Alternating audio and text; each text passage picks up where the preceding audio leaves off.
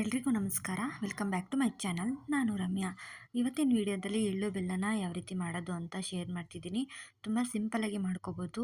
ತುಂಬ ಬ್ಯುಸಿ ಟೈಮಲ್ಲಿದ್ದಾಗ ಈ ರೀತಿ ಮಾಡಿಕೊಂಡ್ರೆ ಖಂಡಿತವಾಗ್ಲೂ ನಿಮಗೂ ಕೂಡ ಟೈಮ್ ಸೇವ್ ಆಗುತ್ತೆ. ಸೊ ಯಾವ ರೀತಿ ಮಾಡೋದು ಅಂತ ತಿಳಿಸ್ಕೊಡ್ತೀನಿ ಬನ್ನಿ. ನಿಮಗೂ ಕೂಡ ಟೈಮ್ ಸೇವ್ ಆಗುತ್ತೆ.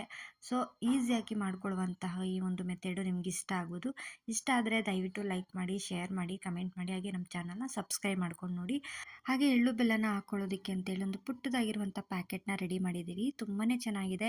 ನನ್ನ ತಂಗಿ ಮಾಡಿದ್ದು ತುಂಬ ಕ್ಯೂಟ್ ಆಗಿತ್ತು. ಸೊ ನಿಮಗೂ ಕೂಡ ಇಷ್ಟ ಆಗ್ಬೋದು ಅಂತ ಈ ವಿಡಿಯೋನ ಶೇರ್ ಮಾಡ್ತಿದ್ದೀವಿ. ಪ್ಲೀಸ್ ಎಲ್ಲೂ ಕೂಡ ಸ್ಕಿಪ್ ಮಾಡದೆ ವಿಡಿಯೋನ ಕೊನೆವರೆಗೂ ನೋಡಿ. ಇವತ್ತಿನ ವಿಡಿಯೋನ ಶುರು ಮಾಡೋಣ ಬನ್ನಿ. ನೀವೇನಾದರೂ ಬ್ಯುಸಿ ಟೈಮಲ್ಲಿದ್ದಾಗ ಈ ರೀತಿ ಮಾಡ್ಕೊಳ್ಳೋದ್ರಿಂದ ನಿಮ್ಮ ಟೈಮ್ನು ಕೂಡ ಸೇವ್ ಆಗುತ್ತೆ. ಸೊ ಈಸಿಯಾಗಿನೂ ಕೂಡ ಮಾಡ್ಕೊಳ್ಳಿ. ಎಲ್ಲರಿಗೂ ಸಂಕ್ರಾಂತಿ ಹಬ್ಬದ ಆರ್ಥಿಕ ಶುಭಾಶಯಗಳು. ಎಳ್ಳು ಬೆಲ್ಲ ತಿಂದು ಒಳ್ಳೆ ಮಾತಾಡಿ, ಹಾಗೆ ಎಲ್ಲರೂ ಖುಷಿಯಾಗಿರಿ ಅಂತ. ಸೊ ಇಲ್ಲಿ ನೋಡ್ತಾ ಇರ್ಬೋದು ಕಡಲೆ ಬೀಜ ಹಾಗೆ ಬೆಲ್ಲ ಇದೆಲ್ಲ ಅಂಗಡಿಲೇ ಸಿಕ್ಕಿದ್ದು. ನಮಗೆ ತುಂಬಾ ಹೆಲ್ಪ್ ಆಯಿತು ಇದು ಅವರೇ ಮಾಡಿಕೊಟ್ಟಿರೋದು. ಸೊ ನೀವೇನಾದ್ರು ಬ್ಯುಸಿ ಟೈಮಲ್ಲಿ ಈ ರೀತಿಯಾಗಿ ನಾವು ಅಂಗಡಿಲೇ ತೊಗೊಂಡು ಆರಾಮಾಗಿ ಇದನ್ನೆಲ್ಲ ಮಾಡ್ಕೊಳ್ಬೋದು. ಆದರೆ ಕೊಬ್ಬರಿನ ನಾವು ಮನೆಯಲ್ಲೇ ಮಾಡ್ಕೋಬೋದು. ಇದನ್ನು ಮೇಲ್ಗಡೆ ಇರೋವಂಥದ್ದೆಲ್ಲ ಸಿಪ್ಪೆನೆಲ್ಲ ತೆಗೆದು ಆಮೇಲೆ ಸಣ್ಣದಾಗಿ ಕಟ್ ಮಾಡಿಕೊಂಡು ಇದಕ್ಕೆ ಮಿಕ್ಸ್ ಮಾಡಿಕೊಂಡ್ರೆ ಆಯಿತು. ಸೊ ಇದೊಂದು ಮಾತ್ರ ನಾವು ಮನೆಯಲ್ಲೇ ಮಾಡ್ಕೊಳ್ಳೋದು ಅಷ್ಟೇ. ಇನ್ನು ಮಿಕ್ಕಿದ್ದೆಲ್ಲ ನಮಗೆ ಅಂಗಡಿಲೇ ಸಿಕ್ಬಿಡುತ್ತೆ. ಇವಾಗಿನ ಜನ್ರೇಷನಲ್ಲಿ ಏನು ಸಿಗಲ್ಲ ಹೇಳಿ, ಎಲ್ಲ ಥರನೂ ಸಿಗುತ್ತೆ. ದುಡ್ಡು ಕೊಟ್ಟರೆ ಎಲ್ಲ ಥರನೂ ಸಿಗುತ್ತೆ. ಸೊ ಹಾಗಾಗಿ ನಿಮ್ಮ ಟೈಮ್ ಸೇವ್ ಆಗಬೇಕು ಅಂತಂದರೆ ಈ ಒಂದು ಮೆಥಡ್ನ ನೀವು ಫಾಲೋ ಮಾಡಿ.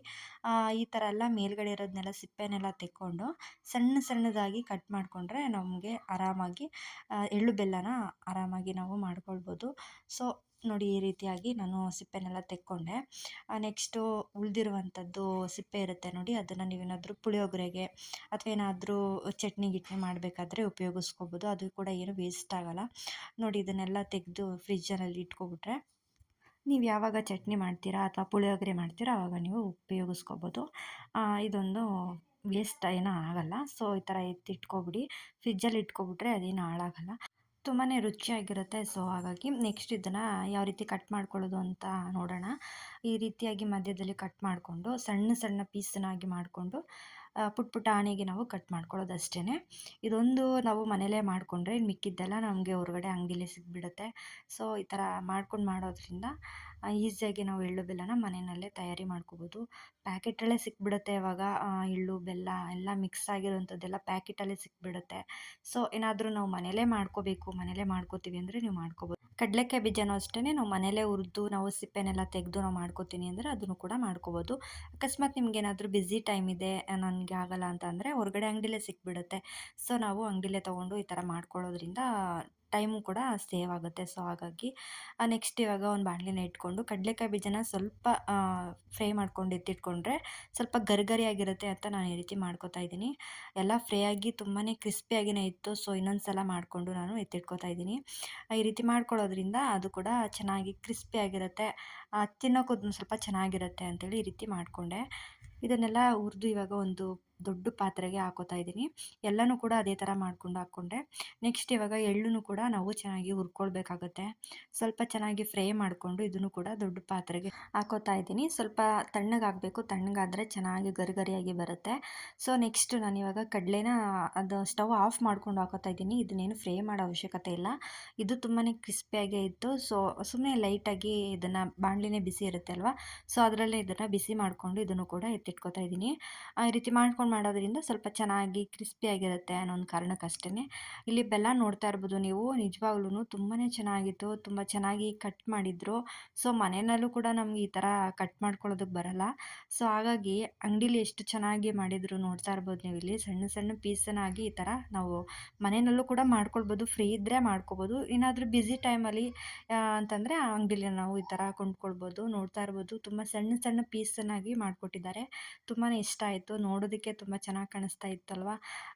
ತುಂಬಾ ಇಷ್ಟ ಆಯಿತು ನಮಗೂ ಕೂಡ. ಇದನ್ನು ಕೂಡ ಎಲ್ಲ ಎತ್ತಿಟ್ಕೊಂಡು ಎಳ್ಳು ಬೆಲ್ಲಕ್ಕೆ ಸೇರಿಸ್ಕೊತಾ ಇದ್ದೀವಿ. ಸೊ ನೆಕ್ಸ್ಟ್ ಇಲ್ಲಿ ನೋಡ್ತಾ ಇರ್ಬೋದು ಇದೆಲ್ಲ ಸಣ್ಣ ಪಪ್ಪರ್ಮೆಂಟ್ ಸಿಗುತ್ತೆ ನೋಡಿ, ಇದನ್ನು ಕೂಡ ನಾವು ಹಾಕೋತಾ ಇದ್ದೀವಿ. ಅವಾಗೆಲ್ಲ ನಮ್ಮ ಚಿಕ್ಕವರಾದಾಗೆಲ್ಲ ಇದನ್ನೆಲ್ಲ ತುಂಬ ಇಷ್ಟಪಟ್ಕೊಂಡು ತಿಂತಾಯಿದ್ವಿ. ಇವಾಗೆಲ್ಲ ತುಂಬ ಕೆಮಿಕಲ್ ಇರುತ್ತೆ. ಸೊ ತಿನ್ನಬಾರ್ದು. ಬಟ್ ಏನು ಮಾಡೋದು, ಇದೆಲ್ಲ ಹಾಕಿದ್ರೆ ಒಂಥರ ಚೆನ್ನಾಗಿ ಕಾಣಿಸುತ್ತೆ ಅಂತೇಳಿ ಅದಕ್ಕೆ ಹೇಳೋದು ಬಣ್ಣವಾಗಿರೋದು ನಮಗೆ ಬೇಗ ಇಷ್ಟ ಆಗುತ್ತೆ. ಸೊ ಸುಂದರವಾಗಿರೋದೇ ನಮಗೆ ನಮ್ಮ ಆರೋಗ್ಯಕ್ಕೆ ಹಾನಿಕರ ಆಗುತ್ತೆ. ಸೊ ಆದಷ್ಟು ಬಣ್ಣಗಳು ಹಾಕಿರೋಂಥ ಫುಡ್ಗಳನ್ನ ತಿನ್ನಬಾರ್ದು.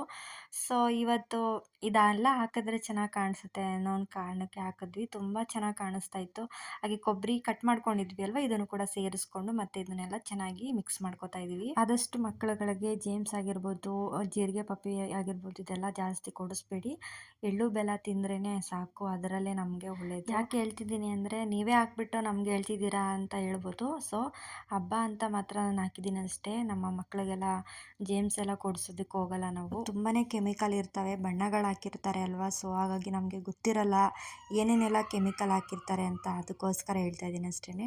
ಇಲ್ಲಿ ನೋಡ್ತಾ ಇರ್ಬೋದು ಎಷ್ಟು ಚೆನ್ನಾಗಿ ಕಾಣಿಸ್ತಿದೆ ಅಂತ ಅಲ್ವಾ. ತುಂಬಾ ಕಮ್ಮಿ ಟೈಮಲ್ಲಿ ನಾವು ಈ ರೀತಿಯಾದ ಒಂದು ಎಳ್ಳು ಬೆಲ್ಲನ ಆರಾಮಾಗಿ ನಾವು ಮನೆಯಲ್ಲೇ ಮಾಡ್ಕೊಬಿಡ್ಬೋದು. ನೆಕ್ಸ್ಟ್ ಇವಾಗ ನಾವು ಎಳ್ಳು ಬೆಲ್ಲನ ಹಾಕೋದಕ್ಕೆ ಅಂತ ಒಂದು ಪ್ಯಾಕೆಟ್ನ ಮಾಡ್ಕೋತಾ ಇದ್ದೀವಿ. ತುಂಬ ಕ್ಯೂಟಾಗಿತ್ತು. ಸೊ ಇದಕ್ಕೆ ಸಂಕ್ರಾಂತಿ ಹಬ್ಬದ ಶುಭಾಶಯಗಳು ಅಂತ ಬರ್ಕೊಂಡು ಇದನ್ನು ಪ್ಯಾಕ್ ಮಾಡ್ಕೋತಾ ಇದ್ದೀವಿ. ನಾವೇ ನಮ್ಮ ಕೈಯಾರೆ ಏನು ಮಾಡಿದ್ರೂ ಅಷ್ಟೇ ಎಷ್ಟು ಖುಷಿ ಕೊಡುತ್ತೆ ಗೊತ್ತಾ. ಚೆನ್ನಾಗಿರುತ್ತೋ ಇಲ್ವೋ ಗೊತ್ತಿಲ್ಲ, ಬಟ್ ಏನೋ ಒಂಥರ ಖುಷಿ. ಈ ಥರ ಎಲ್ಲ ಮಾಡಬೇಕು, ನಮ್ಮ ಕೈಯಾರೆ ನಾವು ಮಾಡಿ ಇನ್ನೊಬ್ರಿಗೆ ಕೊಡಬೇಕು ಅಂದರೆ ಏನೋ ಒಂಥರ ಖುಷಿ ಅನಿಸುತ್ತೆ. ಸೊ ಈ ರೀತಿ ನೀರು ಕುಡಿಯೋ ಕಪ್ ಇರುತ್ತೆ ನೋಡಿ, ಫಂಕ್ಷನ್ಗೆಲ್ಲ ಕೊಡ್ತಾರೆ, ಆ ಥರ ಇರುತ್ತೆ ಅಲ್ವಾ, ಅದನ್ನು ತೊಗೊಂಡು ಬಂದು ಈ ರೀತಿಯಾಗಿ ನಾವು ಮಾಡಿಕೊಂಡು ಮಾಡೋದಷ್ಟೇ. ತುಂಬಾ ಚೆನ್ನಾಗಿತ್ತು, ಕ್ಯೂಟಾಗಿ. ನನ್ನ ತಂಗಿ ಈ ಥರ ಎಲ್ಲ ಮಾಡೋಣ ಅಂತ ಹೇಳಿದ್ಲು. ಸೊ ಹಾಗಾಗಿ ಇದನ್ನು ಮಾಡ್ತಾಯಿದ್ದೀವಿ. ಸೈಡಲ್ಲಿ ಕಬ್ಬೆಲ್ಲ ಬಿಡಿಸ್ತಾ ಇದ್ದಾಳೆ ನೋಡಿ, ತುಂಬ ಕ್ಯೂಟಾಗಿತ್ತು ಒಂಥರ. ಸೊ ಇದನ್ನು ಯಾವ ರೀತಿ ಪ್ಯಾಕ್ ಮಾಡೋದು ಅಂತ ಇವಾಗ ತೋರಿಸ್ಕೊಡ್ತಾಳೆ ನೋಡಿ. ಈ ರೀತಿ ಮುಂದ್ಗಡೆ ಸ್ವಲ್ಪ ಕಟ್ ಮಾಡಿಕೊಂಡು ಮಾಡೋದು. ತುಂಬಾ ಇಷ್ಟ ಆಯಿತು, ಕ್ಯೂಟಾಗಿರುತ್ತೆ, ನೋಡೋದಕ್ಕೂ ಸ್ವಲ್ಪ ಚೆನ್ನಾಗಿರುತ್ತೆ. ಅಂದರೆ ಇನ್ನೂ ಕಲರ್ದು ನೀರು ಕುಡಿಯೋ ಕಪ್ ಇರುತ್ತೆ ನೋಡಿ, ಅದರಲ್ಲೂ ಮಾಡಿದ್ರೆ ತುಂಬ ಚೆನ್ನಾಗಿರುತ್ತೆ.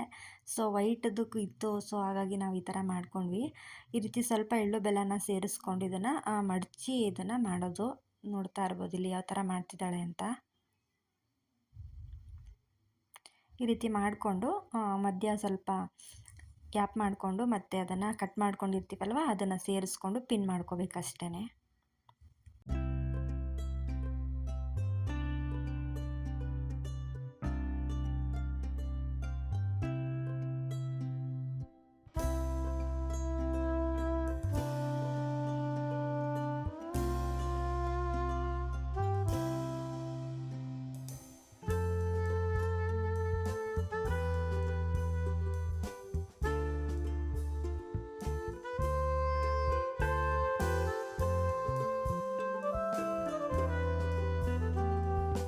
ನೋಡಿದ್ರಿ ಅಲ್ವಾ, ತುಂಬಾ ಕ್ಯೂಟಾಗಿ ಯಾವ ರೀತಿ ಪ್ಯಾಕ್ ಮಾಡೋದು ಅಂತ, ಹಾಗೆ ಎಳ್ಳು ಬೆಲ್ಲನ ಯಾವ ರೀತಿ ಮಾಡೋದು ಅಂತ ತೋರಿಸ್ಕೊಟ್ಟಿದ್ದೀವಿ. ಈ ವಿಡಿಯೋ ನಿಮ್ಗೆ ಇಷ್ಟ ಆಗಿದೆ ಅನ್ಕೋತೀನಿ. ದಯವಿಟ್ಟು ಇಷ್ಟ ಆಗಿದ್ದರೆ ಲೈಕ್ ಮಾಡಿ, ಶೇರ್ ಮಾಡಿ, ಕಮೆಂಟ್ ಮಾಡಿ, ಹಾಗೆ ನಮ್ಮ ಚಾನಲ್ನ ಸಬ್ಸ್ಕ್ರೈಬ್ ಮಾಡ್ಕೊಂಡು ನೋಡಿ. Thank you for watching.